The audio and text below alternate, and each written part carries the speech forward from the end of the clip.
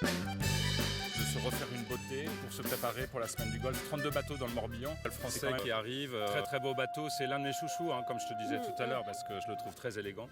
Et il est suivi par un très beau beluga. C'est vraiment la voile, la plaisance classique des années 60. C'est un bateau en bois verni.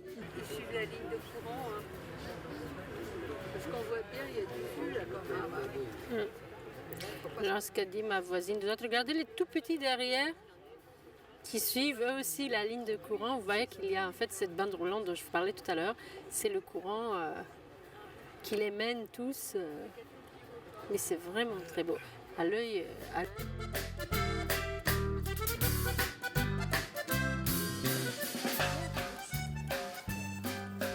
Bonjour les amis, bienvenue à Port-Blanc. Alors, dans quelques instants, on va voir une parade qui est assez spectaculaire des bateaux du patrimoine maritime européen. Vous l'avez peut-être vu déjà ma vidéo de ce matin. Je vous disais que ça va être un peu sympa cette semaine dans le golfe du Morbihan. Donc pour comprendre comment ça se passe et pour voir les jolis bateaux, on va aller d'abord rencontrer Bertrand Rigudel de l'organisation de la semaine du Morbihan qui est juste par là-bas derrière. Et après on va voir les bateaux. Allez, on y va.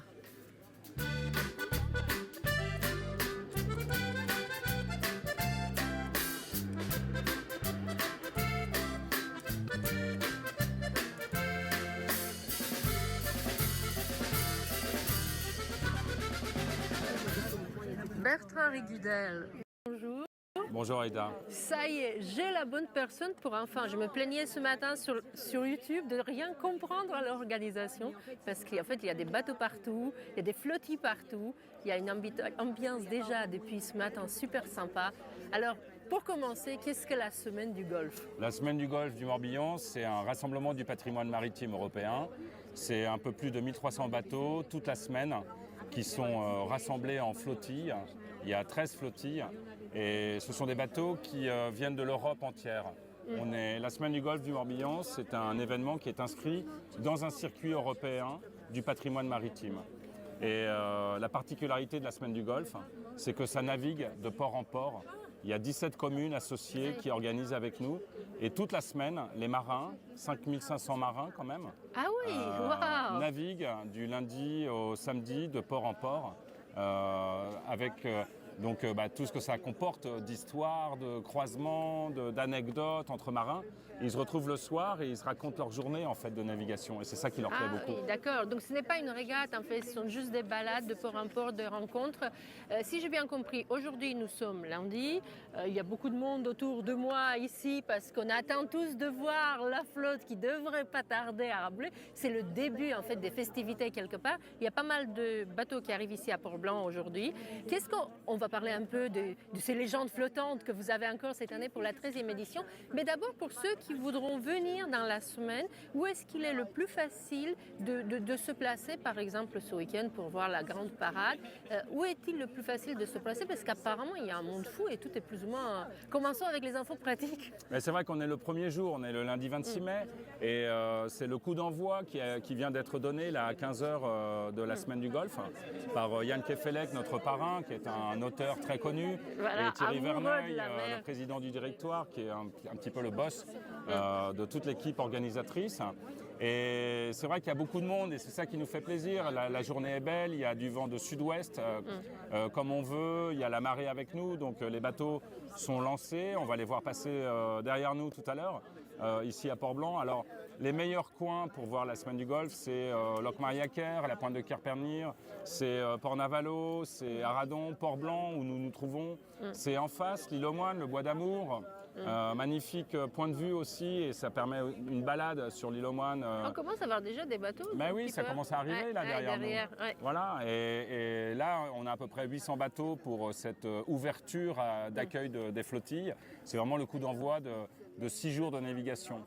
Et le point d'orgue, le bouquet final, c'est la grande parade de samedi 31 à partir de 17h qui s'élancera depuis Port-Navalo, entre Port-Navalo et Locmaria-Quer. Et c'est 1300 et quelques bateaux qui vont parader jusque dans le port de Vannes pour finir en beauté samedi soir. Bon, on va essayer de revenir et puis en attendant, je vais essayer de faire comme tout le monde, regarder les bateaux qui arrivent. Je ne vais pas vous demander quel est votre préféré, vous allez me dire toutes. Moi j'ai plein de chouchous. J'ai plein de chouchous, c'est le français parce que je trouve que Il est très élégant. Mais j'aime aussi l'Étoile du Roi parce que dans l'imaginaire, dans mon imaginaire de petit garçon, c'est le parfait bateau de pirate. Mais j'adore aussi les vieux canots à moteur, les Roca de 1950. J'adore évidemment la flottille J, qui sont les yachting classiques, qui sont ces bateaux élégants, très smart, gentleman sailor. Voilà. Bon, bah nous, on va les découvrir avec vous dans quelques instants. Merci. Voilà le français. Ouais, voilà le français qui arrive. Très très beau bateau. C'est l'un de mes chouchous, hein, comme je te disais tout à l'heure, parce que je le trouve très élégant. Et il est suivi par un très beau beluga. C'est vraiment la voile, la plaisance classique des années 60. C'est un bateau en bois verni, très élégant aussi. Et on aperçoit derrière le beluga les petits canots à moteur. Ça, c'est la flottille K. C'est le motonautisme. Alors, je te disais, c'est aussi mes chouchous, ceux-là. Parce que j'adore ces canots à moteur très élégants. On ne les fabrique plus aujourd'hui en bois comme ça. Il y a un très beau canot amiral qui arrive, le bleu marine avec le pare-brise. Ça, c'est un très vieux canot de 1912, il me semble. Et c'était un canot amiral de la Marine nationale. Donc, quand le capitaine du bateau descendait, il empruntait cette annexe-là. Ah oui. Voilà. Wow, c'est quand même très joli. C'est quand même très élégant de voir voilà, sous voile.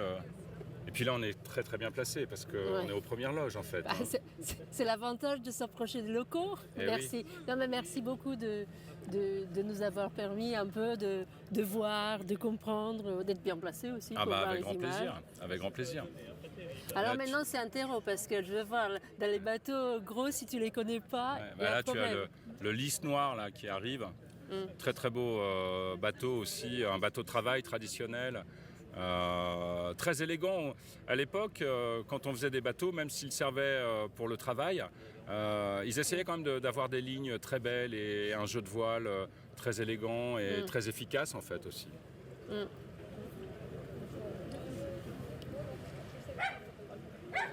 J'imagine que ce n'est pas trop difficile de les faire venir parce qu'ils sont tous plus ou moins gérés par des associations, des passionnés, des gens qui sont fiers aussi de les montrer. Exactement, exactement. Ce sont des bateaux qui sont